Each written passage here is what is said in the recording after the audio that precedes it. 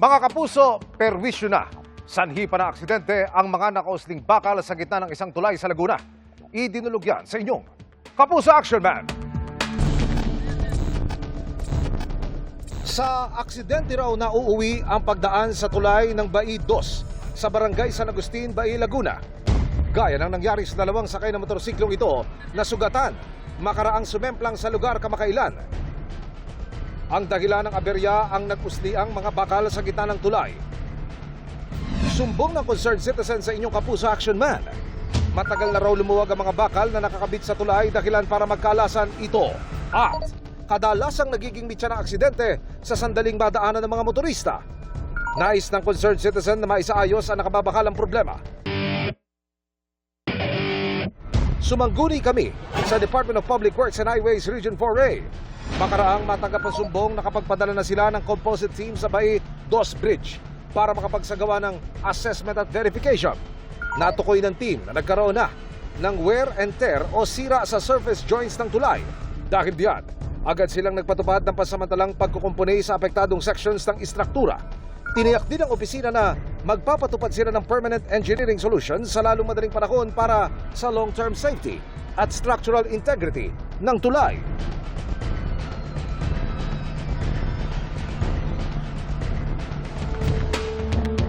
Mission accomplished tayo mga kapuso. Para po sa inyong mga sumbong, pwedeng mag-message sa Kapuso Action Man Facebook page o magtugo sa GMA Action Center sa GMA Network Drive, Corner Samar Avenue, Diliman, Quezon City. Dahil sa namang reklamo, pang-aabuso o katiwalian, tiyak, may katapat na aksyon sa inyong Kapuso Action Man. Iniimbestigahan ng Office of the Ombudsman ang aligasyong nakikialam umano ang magkapatid na Senador Mark at Camille Villar sa alignment ng Light Rail Transit Line 1 o LRT-1 Extension Project patungong Cavite. Sa isang panayam, inihayag ni Ombudsman Jesus Crispin Remulla ang ilang bahagi ng aligasyon. Naantala umano ang proyekto dahil nais umano ng magkapatid na Villar na idaan ang riles sa kanilang mga lupain. Sa isang pahayag, mariing itinanggi ni Senador Mark Villar ang aligasyon. Hindi raw niya ginagamit ang kanyang posisyon para sa pansariling interes. Handa rin umano siyang humarap sa investigasyon. Hinihingan pa namin ng pahayag si Senador Camille Villar. Sa wakas, mga kapuso, naiuwi na sa kanyang hometown sa Talacogon, Agusan del Sur ang mga labi ng basketballistang si Rene Baterbonia. Inabot po ng 10 oras ang funeral convoy mula Davao del Norte.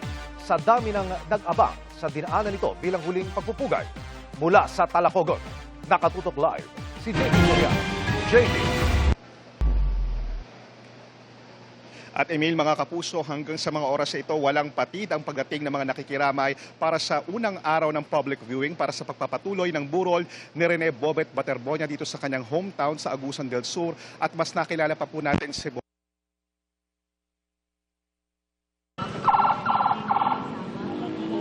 Ito ang homecoming na nasayang dahil hindi na personal na masasaksihan ng batang sports hero ng Davao Region at Caraga. Ang labi ni Rene Bobet Baterbonia, inabangan mula Davao del Norte.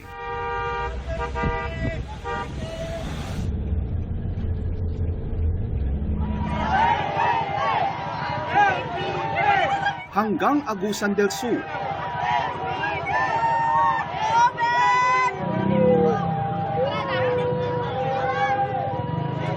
Dahil bawat bayan na madaanan, may kanya-kanyang programa.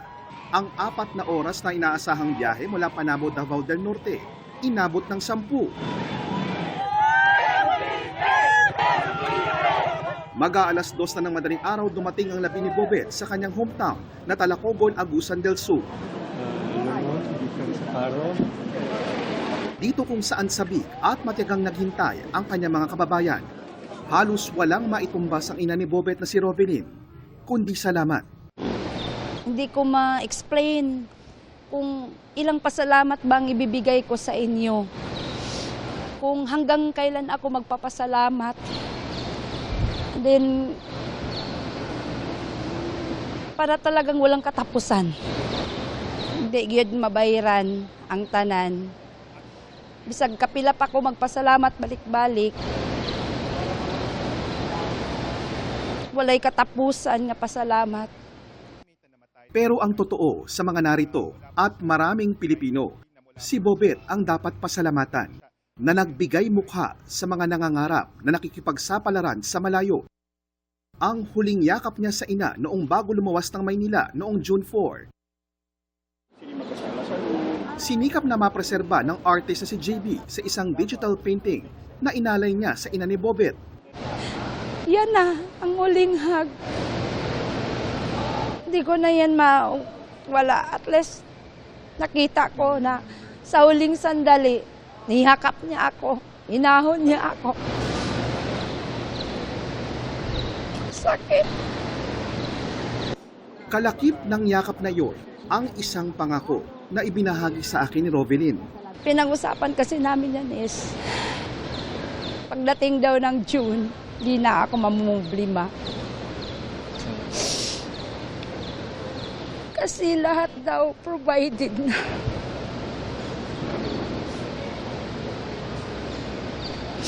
Kaya nga, nung nag-open kami ng ATM, sabi niya, sige lang ma, kunin mo yan. Kasi magpipirma ako doon na yung 70% sa iyo, yung 30% sa akin. Sabi niya. Pero yung sa akin, hindi ko yun gagalawin. Yung sa'yo, ikaw na bahala kung anong gawin mo. Basta't kay lahat, provided na talaga pagdating ng June. Hindi pa yung sinabi niyo sa'yo na at a young age, ganun siya mag-isa. Nakiusap si Rovelyn na wag na munang sagutin ang mga naging pahayag ng pamunuan ng Ateneo de Manila University, pati na rin ang gumugulong na investigasyon ng PNP, CIDG at NBI. Yung iba nagsasabi ng ganyan. Pero ako, hindi pa ako nakapagsabi. May inintay pa ako. Yun lang. Kasi yung anak ko ayaw talaga ng away yan eh. Hindi talaga yan gusto ng away. Sa halip, mas gusto niyang alalahanin ang reneng lumaki sa maliit nilang barangay ng San Nicolas. Nanahasa ang husay sa basketball court na ito, nayari sa kahoy ang poste at board. At kung saan niya rin tinuruan ang pinakabatang kapatid na lalaki. Basketball. Unsa ka na mag-basketball? Unsa forma mag-basketball? Unsa forma mag-basketball, be? Unsa mag-shot? Pag forma shot, no? At sa kanilang tahanan kung saan huli niyang nakita si Bobet na nag-iempake ng maleta. At kung saan ding proud na nakadisplay ang mga medalya at tropeyo ni Rene bilang basketballista. Sa June 24 pa ililibing si Bobet, pero may mga hinahanap-hanap na ang ama. Mamiss ko sa kanya yung kanang mo uli siya dire nga pag uli niya daghan ang manghagad siya mong laag ana. Ang pinakakuang ginako ng tawagong ang tawag na mutawag siya sa ko nga kanang word nga pa. Mo uli siya. Mo na pinaka mamiss ginako sa iya.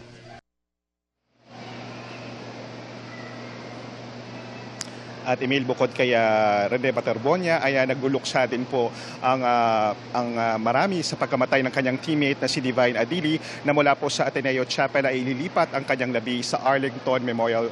Mula po sa Ateneo ay ililipat po papunta sa Arlington Memorial Chapel ang kanyang labi simula bukas, June 17. At yan muna ang latest mula rito sa Talacogon, Agusan del Sur. Balik muna sa iyo, Emil. Maraming salamat, JP Soriano.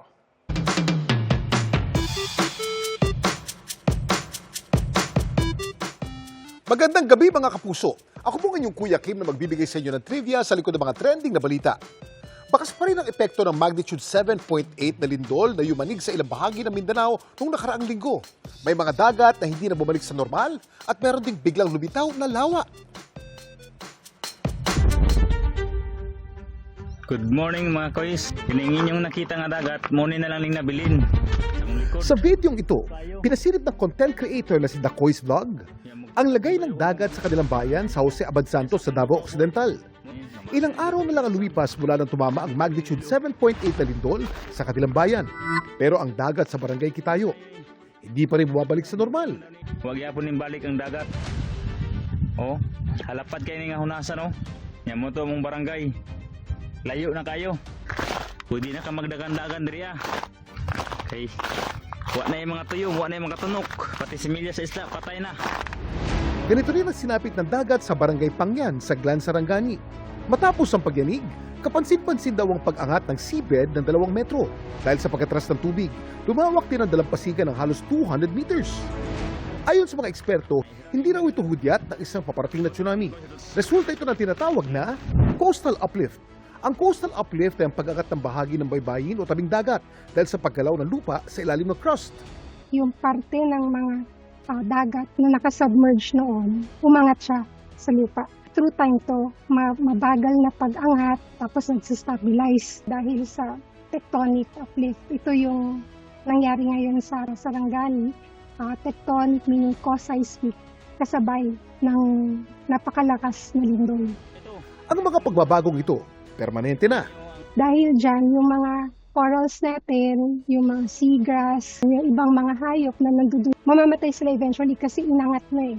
Kailangan nila ng tubig dagat, di ba? Through time, paglipas ng panahon, magiging terrestrial ecosystem na yung mag-take over. Patuloy namang pag-aaralan ng mga otoridad ang pangyayaring ito. Samantala, tila kabaligtaran naman ang nangyari dito sa Barangay San Isidro.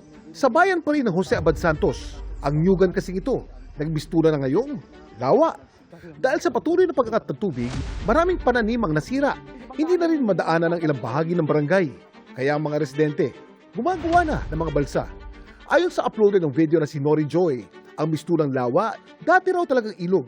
Pero nang mag-landslide sa kanilang lugar dahil sa lindol, bumagsak daw ang lupa sa ilog. Yung tubig na-stuck doon sa mismong na landslide, hindi makalabas, nag-overflow doon sa area. Dahil sa 5 consecutive days na pag-ulan. Pinag-aaralan ngayon ng LGU ang pinakaligtas na paraan para masolusyonan ang suliraning ito. We urgently requested to send heavy equipments po na makakatulong sa amin. Na-cease po yung operation nila kasi nga po frequent pa po yung ground shaking and there's a big possibility ng more landslide doon sa area kung saan meron pong landslide. Kung sa Barangay Kitayo ay lumawak ang dalampasigan at sa Barangay San Isidro, tila may sumulpot na lawa. Ito naman ang namataan sa Balut Island sa Davao Occidental matapos silang yanigin ng lindol. Ano ito?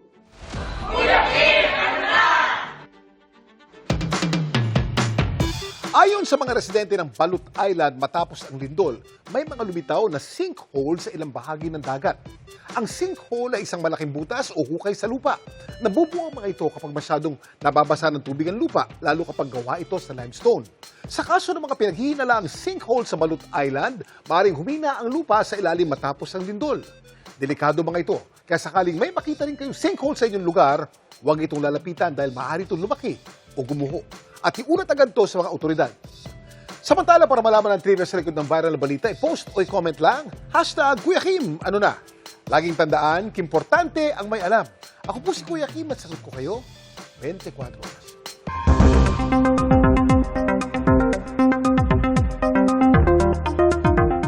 Mga kapuso, magdala pa rin ng payong dahil may tsansa ng ulan bukas. Base sa datos ng Metro Weather, may tsansa ng ulan sa ilang bahagi ng Eastern Visayas at Caraga Region sa umaga. Pero pagsapit ng hapon at gabi, posible na ring ulanin ang ilang bahagi ng Northern at Central Luzon, Calabarzon, Mimaropa, Bicol Region, pati ang iba pang bahagi ng Visayas at Mindanao. Hindi rin inaalis ang tsansa ng ulan sa Metro Manila, lalo bandang hapon at gabi. Easterlies ang patuloy na makakaapekto sa bansa, lalo na sa eastern sections ng Southern Luzon at Visayas, habang localized thunderstorms naman sa iba pang lugar. Samantala, isang sama ng panahon ang posibleng mabuo sa labas ng Philippine Area of Responsibility ayon yan sa Pag-asa. May tsansa itong pumasok sa PAR pero maaaring sa may kanto lamang at hindi magla-landfall. Gayunpaman, pwede pang magkaroon ng pagbabago kaya patuloy na umantabay sa updates.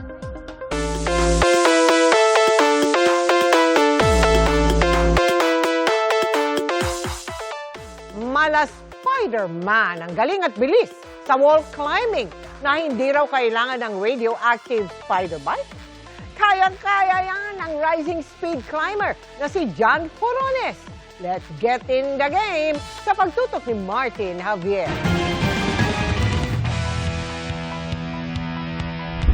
Climbing his way up sa sport na speed climbing, ang 19-year-old na si John Forones. Dito, hindi sapat ang bilis dahil ang bawat galaw at apa dapat kalkulado at sigurado. Sa nagdaang Asian Beach Games, John made history nang basagin niya ang national record sa speed climbing in 6.08 seconds. It was definitely refreshing. It's been a long time since, I've been able to compete and to perform at that kind of level. Ang hilig ni John sa wall climbing nagsimula noong siya'y 8 years old. So, climbing essentially formed sort of this outlet for my ADHD, and over time, I was able to compete abroad. Nang panandali ang matigil noong pandemya, sinubukan niya rin ang OCR o Obstacle Course Racing. Last year, I was able to get into the national team in speed climbing, and I joined on a whim, actually. I had to choose between bouldering, lead, and speed climbing, and when I looked into speed climbing, I really had, that build and the frame for it, and the intuitiveness that's required. Pero hamon pa rin daw ang training sa speed climbing, lalo't wala pa ring standard speed wall dito sa bansa. With the support of PCI, we were able to have these boot camps in Malaysia, Indonesia right before the beach games, and Thailand right before the SEA Games. With the climbing wall, it's going to really help improve the speed of our athletes. Mga kapuso, sa mundo ng sport climbing, merong 3 disiplina kailangan tutukan. Ang bouldering, lead, at speed climbing. First up, ang bouldering. So nakikita natin medyo mapaba yung wall. So wala tayong ropes na gagamitin. Ang goal lang natin makita o malaman natin kung ano ba yung pinakamadaling way para maakyat natin yung tuktok. So bukod sa strength, kailangan problem solving din siya kasi kailangan mong strictly sundan yung mga kulay na napili mo. Ngayon naman, lead climbing, yung susubukan natin. So pataasan pa rin to within a time limit. Tapos kada protection point, kailangan po natin i-clip itong tali na meron tayo. Okay, tara, try natin. Tapos natin, we reach the top. Pero siguro mga 2-3 moments din kanina. Akala ko bibigay na ako. Siyempre, yung final event na susubukan natin, yung main event ni John, which is speed climbing. So, ito yung speed wall. Yung nandito sa pinuntahan natin, 2/3 pa lang to. Nung usual, yung standard na wall na ginagamit nila, which is 15 meters high. When you jump in climbing, that's called a dyno. So we're gonna dyno to the first move. Boom. And usually, diretso na kami doon. Medyo mahirap to! Ito yung pinaka-challenging. Definitely kasi combination siya ng speed, precision, power, or explosiveness. Today, we got to know our national record holder in speed climbing, si John Forones. Natsubukan din natin yung iba't ibang disciplines sa sport climbing. This has been Martin Aver. John Forones. Keeping you in the game.